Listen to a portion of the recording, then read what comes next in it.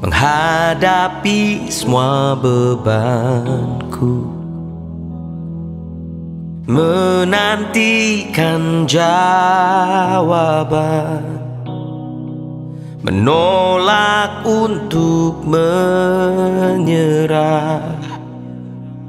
Ku tahu Kau Tuhan yang sanggup menolong dalam sesatku. Namun meskipun Kau belum, ku kan tetap menyembah-Mu. Ku kan bernyanyi sampai jiwaku percaya, sampai hatiku mendengar lagu pengharapan. Ku kan berserah, ku tahu aku tak sendiri. Ku yakin Kau mengasihiku, bahkan di dalam apiku. Ku kan menyembah-Mu.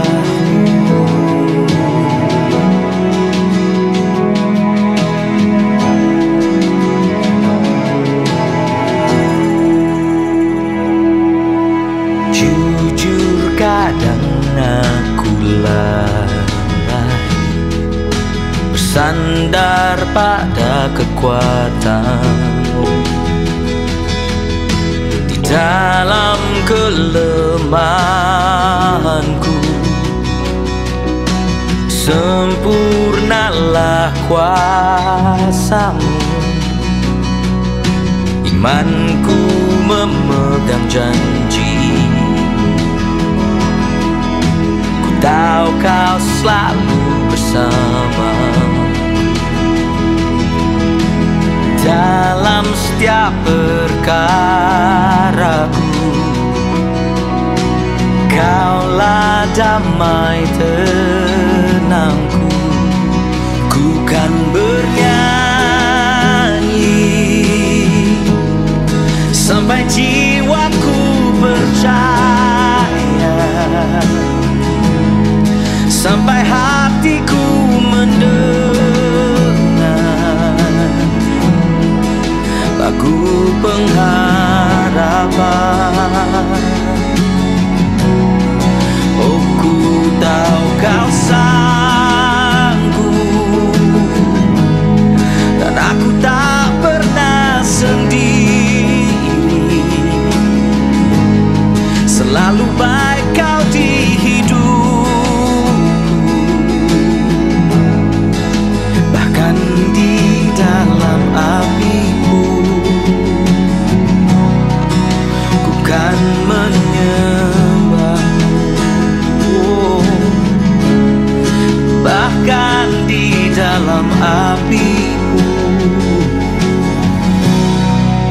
Ku kan menyembah.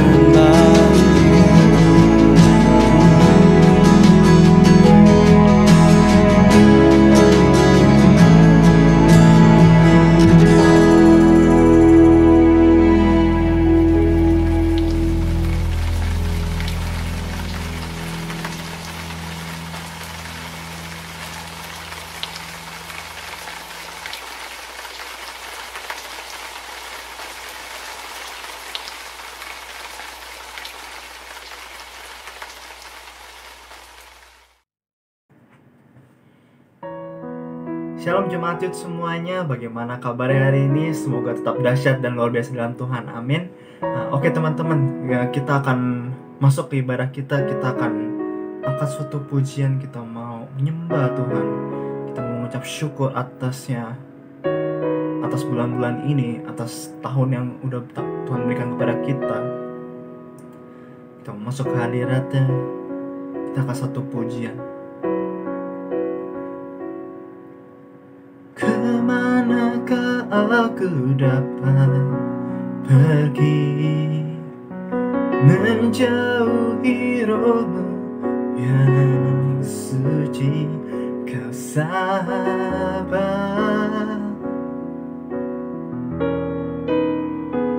dan kau dekat,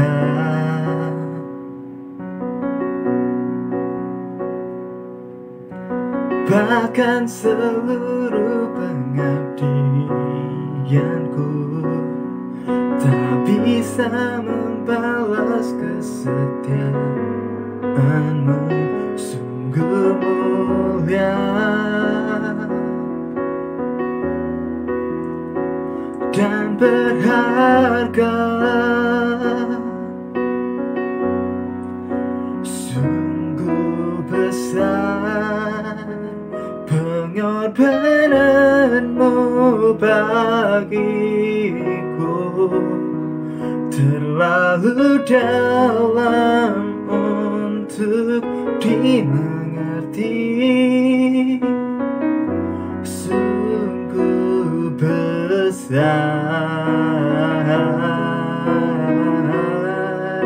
sungguh indah yang kau pikirkan tentangku, tak terselami bagiku.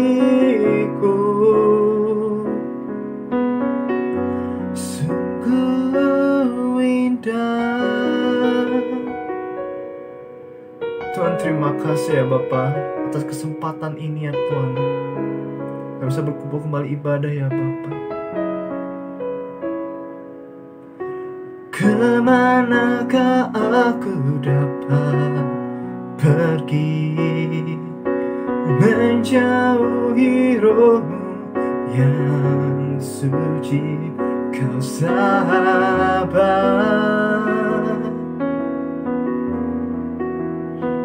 dan kau dekat,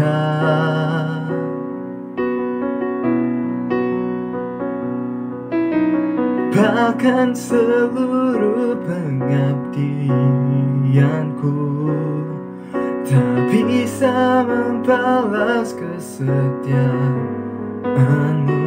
Sungguh mulia dan berharga, sungguh besar pengorbananmu bagiku, terlalu dalam untuk dimengerti, sungguh besar, sungguh indah yang kau pikirkan tentangku, tak terselami bagiku. Sungguh indah.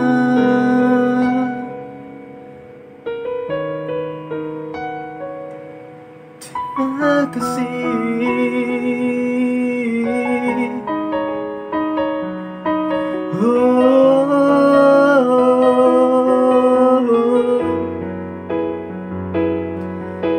Semula kita mau nyatakan, sungguh besar pengorbananmu bagiku, terlalu dalam untuk dimengerti, sungguh besar, sungguh indah yang kau pikirkan tentangku, tak terselami bagiku. Sungguh indah.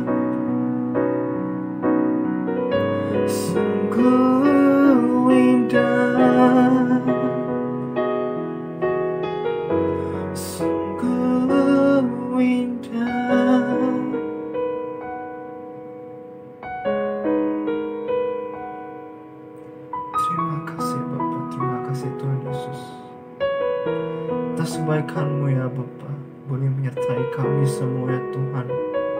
Bahkan sampai saat sekarang ini ya Tuhan, Kau masih tetap mengasihi kami ya Tuhan. Kau yang berkati setiap kami ya Bapa untuk mendengar sedikit dari firman-Mu ya Tuhan. Kiranya firman-Mu ya Bapa bisa meremah di hati kami ya Tuhan, untuk bisa menjadi pedoman bagi setiap kami ya Tuhan. Kau sebenarnya kami ingin mendengarkan firman-Mu ya Tuhan. Berkati dari bibir hamba-Mu ya Tuhan, sehingga apa yang disampaikan bisa meremah di hati kami ya Bapa. Terima kasih. Dalam nama Tuhan Yesus kami telah berdoa dan mengucap syukur. Haleluya. Amin. Terima kasih Tuhan buat waktu ini kami duduk di bawah kaki-Mu untuk mendengarkan isi hati Tuhan. Berbicaralah Bapa, kami siap mendengar. Kami minta bantuan Roh Kudus karena sadar daging kami lemah. Tapi biar roh kami yang penurut Engkau peluk sehingga waktu ini tidak berlalu sia-sia. Amin. Kami minta bantuan Roh Kudus kepada Bapa di dalam satu nama yang Engkau sendiri berjanji bahwa apapun yang kami minta dalam nama ini bukan hanya didengar tapi juga dikabulkan. In Jesus' mighty name we ask for your help, Holy Spirit. Thank you, our good Father. Amen. Amen. Shalom semua. Thank you. Hai Kak. Hai Kak. Gimana? Aman semua? Aman. Sorry tadi udah join terus keluar lagi soalnya laptop pada masalah di audionya jadi pindah ke handphone deh. Mudah-mudahan jelas suaranya. Jelas.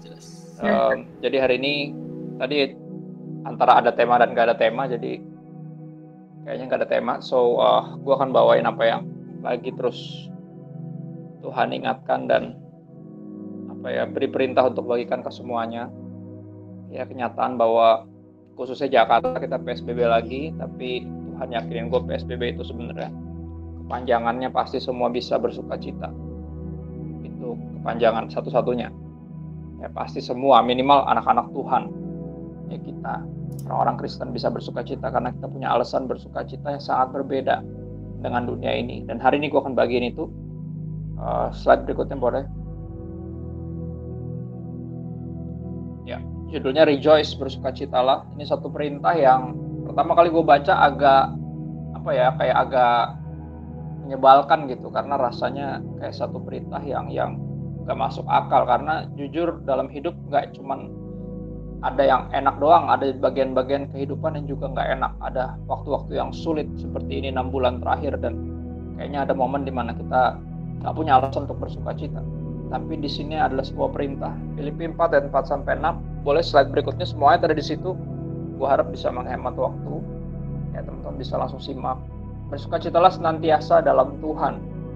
Sekali lagi aku katakan bersukacitalah. Jadi ternyata bersukacita ini, to rejoice, adalah sebuah perintah.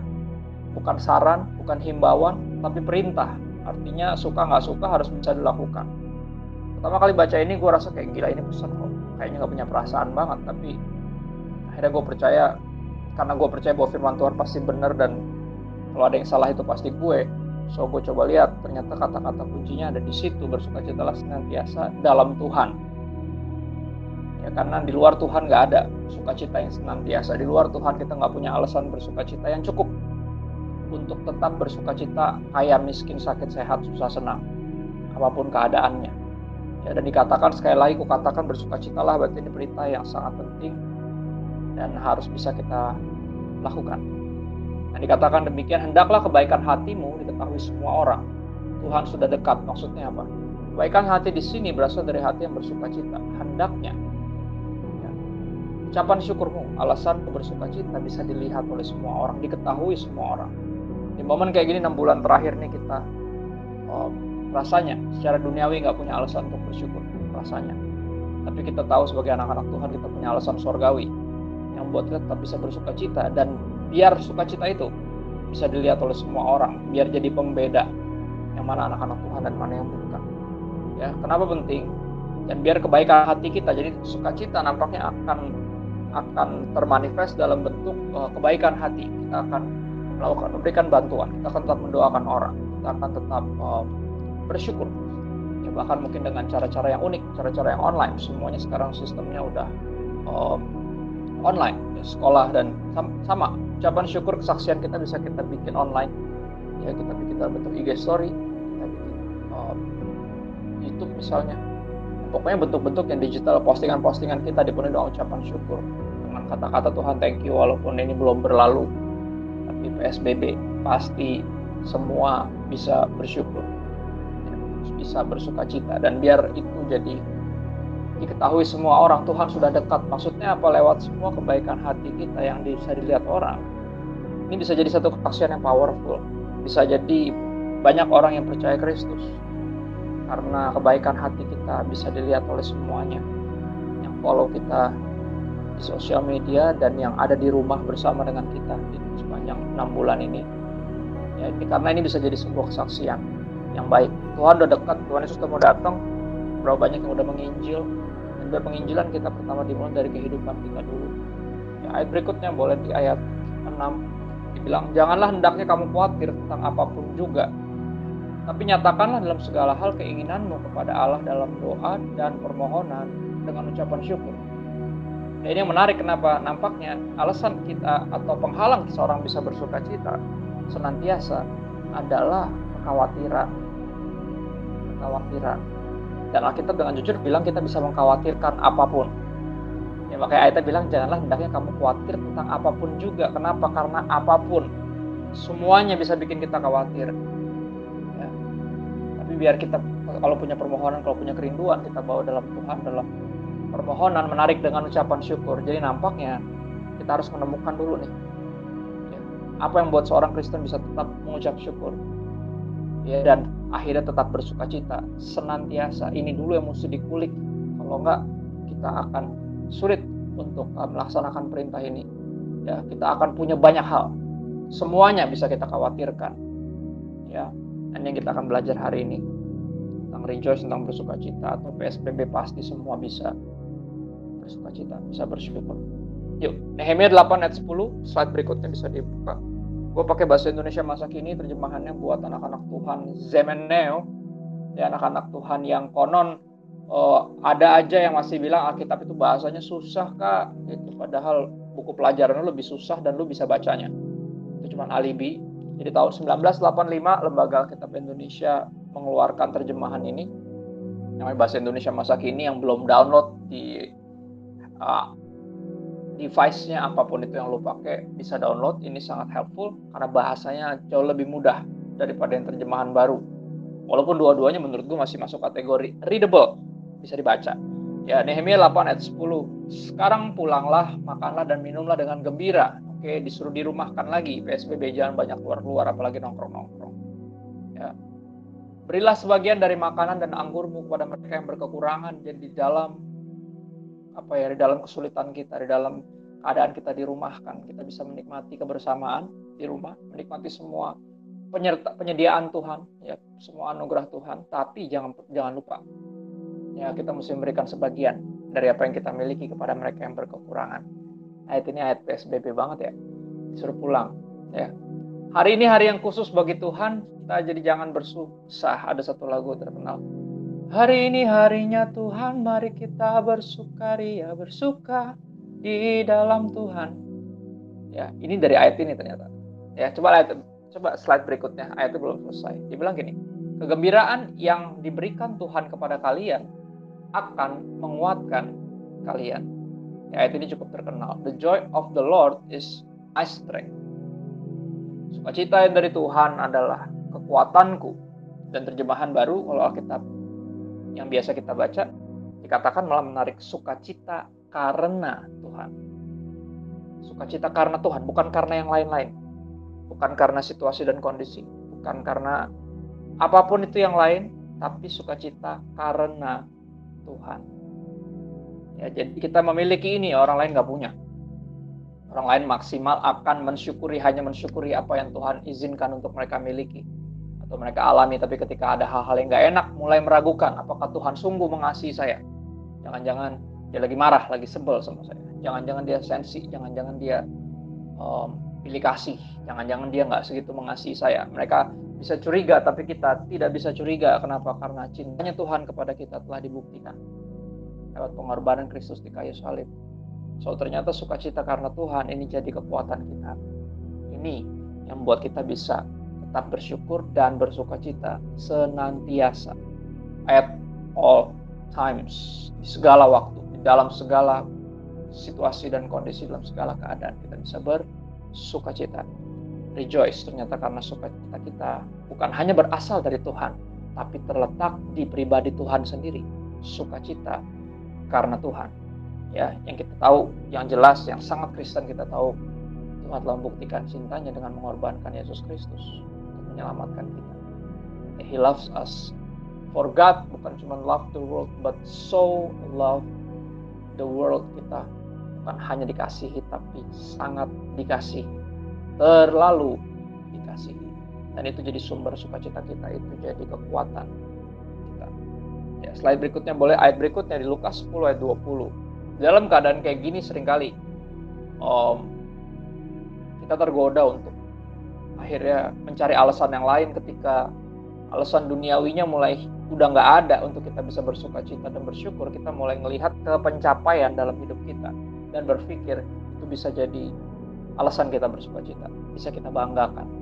Ya, murid-murid kembali dari pelayanan, mereka dikirim berdua, sepasang, dan mereka balik dari pelayanan yang nampaknya pelayanannya sukses, ya menurut mereka, dan mereka bangga banget dan sampai kayak nyombong gitu ke Tuhan Yesus. Terus mereka sempat bilang di ayat sebelumnya dari Lukas 10:20, mereka sebut bahwa mereka bilang gini, Guru, bahkan setan-setan tunduk kepada kita dalam namamu. Ya. Dan mereka pamerin itu, sukses banget kayak pelayanan, dan mereka senang banget, mereka bersukacita banget, dan Tuhan Yesus alih-alih memuji mereka karena pelayanannya sukses, malah ditegur, malah disindir, lebih tepatnya hampir kayak disatirin gitu loh. Dia bilang gini ketika mereka nyombong, terus Yesus bilang, terus gue harus bilang wow gitu? Enggak, Tuhan Yesus nggak bilang gitu. Tuhan Yesus bilang gini, aku lihat iblis dibuang dari langit, jatuh dari langit seperti kilat. Kenapa iblis dibuang? Teman-teman ingat? Kenapa Lucifer dibuang? Dulunya malaikat dia, karena dia sombong. Kesombongan dia dibuang.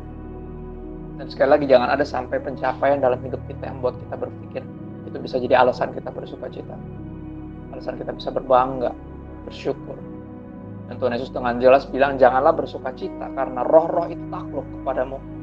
Jadi ini bisa kita ganti dengan apapun. Ya, janganlah bersukacita karena mungkin di sepanjang pandemi ini ada yang jadian, akhirnya ada yang mau sama lu udah laku sekarang.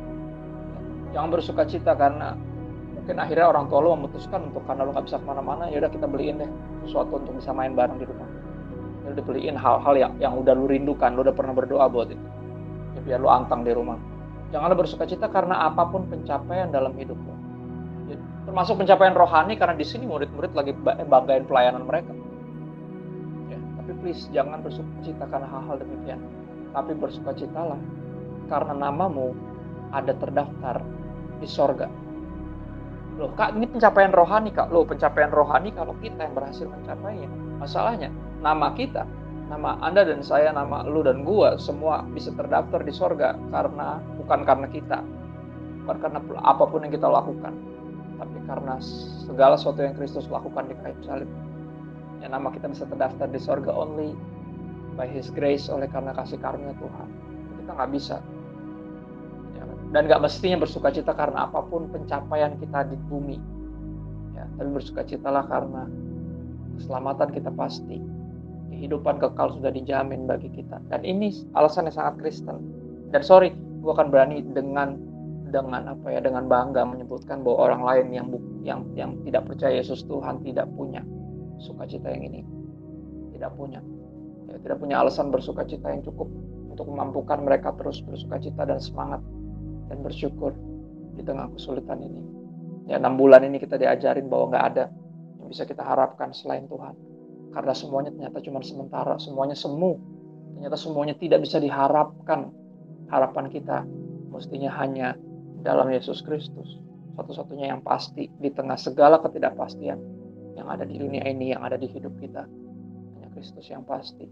Dan mesti dialah alasan kita bersukacita. Gue akan tutup dengan beberapa ayat ini. 2 Korintus 4. Slide berikutnya semua ada di situ. Dimulai ayat 16. Ya, ayat ini powerful banget. Kita bahas pelan-pelan. Sebab itu kami tidak tawar hati. Ya, Ya, sebab itu, sebab apa? Sebab keselamatan kami pasti, sebab kasih-Nya Tuhan telah dibuktikan. Ya, sebab Dia Allah yang setia, yang tetap setia bahkan ketika kami gagal setia. Ya, karena keselamatan kami sudah dijamin, karena dosa-dosa kami telah ditebus, karena kehidupan kekal sudah disiapkan. Sebab itu kami tidak tawar hati, meskipun manusia lahiriah kami semakin merosot. Ya, sebab itu, sebab alasan bersukacita yang adalah Tuhan sendiri. Ya, sebab itu kami tidak tawar hati walaupun semua yang lahiriah, yang secara jasmani semuanya lagi merosot. Ya, ini belum membaik, corona masih tinggi, ya terjangkitnya, masih banyak yang rumah sakit mulai penuh lagi, PSBB diberlakukan lagi, walaupun ya kenyataan secara jasmani yang kita lihat, yang kami lihat dan rasakan semakin merosot. Ya, tapi manusia batiniah kami, tapi iman kami dibaharui dari sehari ke sehari. Justru 6 bulan ini jadi seperti koreksi bagi kita, biar kita tahu bahwa kalau kita hanya bisa bersyukur dan bersukacita ketika kita lagi punya duit, berarti sumber sukacita kita bukan Tuhan tapi duit. Ketika kita hanya bisa memuji Tuhan dan ya moodnya baik dan tetap pelayanan dengan semangat hanya ketika kita sehat walafiat. Tapi ketika kita lagi sakit, kita nggak punya semangat itu, berarti sumber semangat kita bukan Tuhan, tapi hal-hal yang lain yang dianugerahkan oleh Tuhan, termasuk kesehatan kita. Jadi 6 bulan ini kita diajarin bahwa semua alasan kita bersukacita itu salah selain Tuhan. Hanya Tuhan alasan yang benar, alasan yang membuat kita tetap bersukacita dan bersyukur dalam keadaan apapun. Ya, di sini kita diajarin justru iman kita diperbaharui. Ya, dari sehari ke sehari iman kita dibawa untuk digantungkan ya kepada satu pribadi yang paling tepat, satu-satunya yang bisa diharapkan dan layak untuk dipercaya, yaitu Yesus Kristus. Ayat 17 dikatakan demikian. Sebab penderitaan ringan yang sekarang ini mengerjakan bagi kami kemuliaan kekal yang melebihi segala-galanya. Jauh lebih besar daripada penderitaan kami. Paulus menyatakan bahwa segala penderitaan kita di dunia ini ringan. Ya, ringan. Bukan mudah, tapi ringan. Kenapa? Karena beban terberat sudah dipikul oleh Kristus dan diselesaikan di kayu salib. Selesai kita menghidupi ini semua. Kita hidup di zaman anugerah. Semuanya udah berkat Tuhan. Maka Yesus bilang, marilah kepadaku yang letih lesu dan berbeban berat, aku akan memberikan kelegaan padamu dan jiwamu akan menemukan ketenangan. Banyak hal yang bisa kami khawatirkan, tapi serahkanlah kekhawatiranmu, sebab Dia yang memelihara hidupmu. Ayatnya bilang gitu. Serahkanlah kekhawatiranmu kepada Dia yang memelihara hidupmu. Ya, ayat 17 belum selesai. Ya. Dibilang penderitaan ringan yang sekarang ini bukan cuma sekedar hanya karena nasib, tapi ini mengerjakan bagi kami kemuliaan kekal yang melebihi segala-galanya, yang jauh lebih besar daripada penderitaan kami. Justru semua penderitaan di bumi ini mengingatkan kita, semua kehilangan di bumi ini mengingatkan kita. Ya, semua harapan yang tidak selalu menemui pemuasannya, semua cita-cita yang belum tentu tercapai, semua rencana yang bisa saja gagal dan berubah sewaktu-waktu. Semua ketidakpastian ini, semua penderitaan ringan ini justru mengerjakan bagi kami kemuliaan kekal. Artinya apa? Justru mengingatkan kita bahwa ini semua sementara, bahwa dunia ini bukan rumah kita. Bahwa apapun yang siapapun yang kita andalkan lebih daripada kita mengandalkan Tuhan, pasti mengecewakan kita. 6 bulan ini jadi pelajaran yang sangat-sangat berharga, meyakinkan jiwa kita bahwa mestinya pengharapan kita taruh dan gantungkan hanya kepada Kristus. Justru di momen ini, 6 bulan ini kita diingatkan ya, untuk berfokus kepada Kristus. Ayat terakhir. Oleh sebab itu kami tidak memperhatikan yang kelihatan, melainkan yang tak kelihatan, karena yang kelihatan adalah sementara. Ya, 6 bulan ini kita mulai belajar apa sih yang sementara dan siapa yang kekal. Ya, kami akan mulai memperhatikan yang tak kelihatan. Kenapa? Karena yang tak kelihatan adalah kekal. Dan sekali lagi, 6 bulan ini jadi kayak proses pemurnian. Bahwa untuk yang satu perenungan ini nggak ada di sini, nggak ada di Setan 2. Badai hidup, kesulitan-kesulitan hidup ada bukan untuk diizinkan menghajar kita, bukan untuk menghancurkan kita. Ya, tapi untuk menyatakan kepada kita sebenarnya dasar kita membangun seluruh hidup kita tuh di atas siapa sih? Ya. Apakah di atas Kristus dan firman-Nya? Atau di atas apapun dan siapapun yang lain? Dan 6 bulan ini kita dihajar badai terbesar mungkin, banjir terbesar mungkin dalam hidup kita. Dan di sini justru kelihatan aslinya, yang mana yang Kristen beneran dan mana yang bukan. Kalau lu masih hidup, walaupun udah hancur berantakan, tapi percayalah, kalau lu masih hidup artinya Tuhan belum selesai. Ya, saatnya datang kembali kepada Tuhan dan mulai menata hidup kita. Kali ini kita bangun di atas Kristus dan firman-Nya. Kali ini kita akan berhenti cuman dengerin firman, tapi mulai dengerin firman dan melakukannya, karena itu yang terjadi. Ya, kalau kita cuma tahu dengar firman tapi nggak melakukannya, seperti orang yang membangun rumah tanpa dasar. Ya, ketika badai hidup menghajar, banjir menghajar, hancur, besarlah kerusakannya. 6 bulan ini udah terlalu banyak orang yang akhirnya meninggalkan Kristus.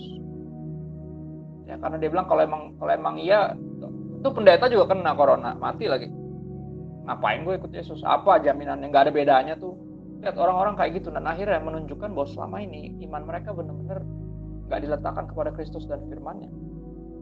Ini nggak pernah tentang sesuatu yang jasmani dan duniawi.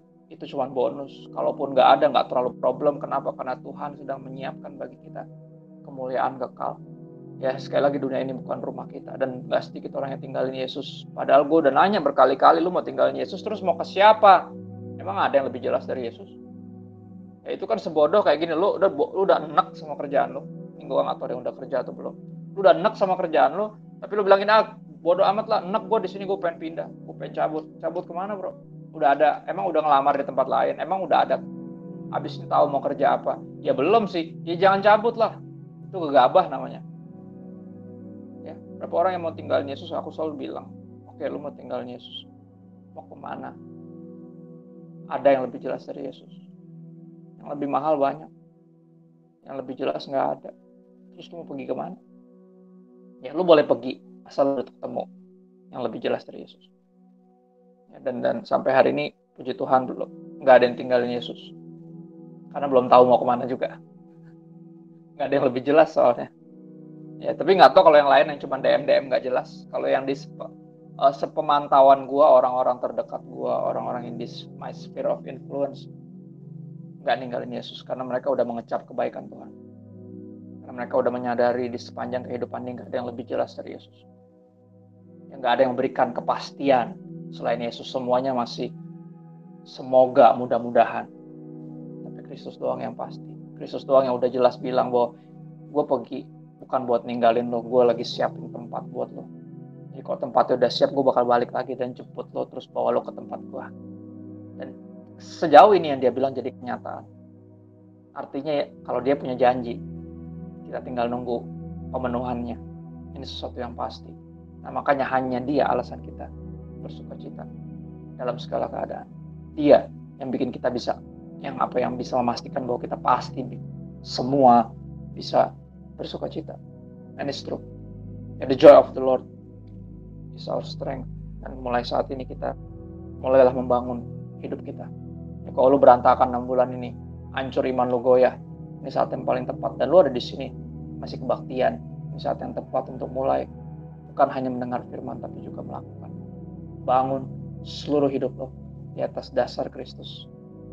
Dasar yang paling teguh. Karena dasar yang lain semuanya gampang hancur.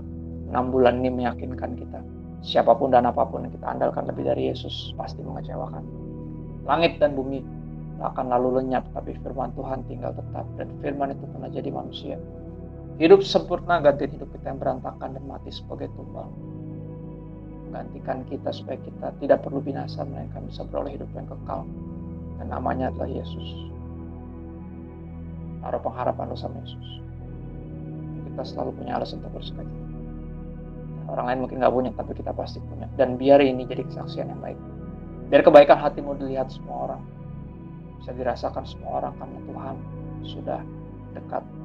Ya, kita nggak punya waktu untuk terus disibukkan, dibutakan, dibuai, terlena dengan semua yang fana dan sia-sia, yang sementara. Biar kita belajar berfokus kepada yang kekal. Yang mungkin tidak kelihatan, tapi yang udah pasti. nyata dalam hidup kita. Yuk kita berdoa sebentar. Tuhan, thank you buat firman-Mu. Roh Kudus, bantu kami tetap berbicara bahkan ketika hamba-Mu sudah berhenti berbicara. Berdoa buat anak-anak-Mu, teman-teman hamba, buat keluarga rohani. Percaya Tuhan, Kau yang menguatkan kami. Roh Kudus yang terus mengingatkan akan pengorbanan Kristus, akan cinta Tuhan yang sudah terbukti, sehingga kami gak kayak orang-orang lain yang memaksa Tuhan untuk membuktikan cintanya, memaksa Engkau untuk membuktikan cinta-Mu yang sudah jelas-jelas terbukti lewat pengorbanan Kristus. Dan ini kami Tuhan percaya bahwa firman ini gak akan kembali sia-sia. Ingatkan kami untuk berfokus kepada yang kekal, yang mungkin tidak kelihatan tapi yang nyata dalam hidup kami, yaitu Engkau. Ini kami Tuhan percaya bahwa kami pasti selalu bisa bersuka cita. Dalam nama Yesus kami berdoa dan bersyukur. Amin.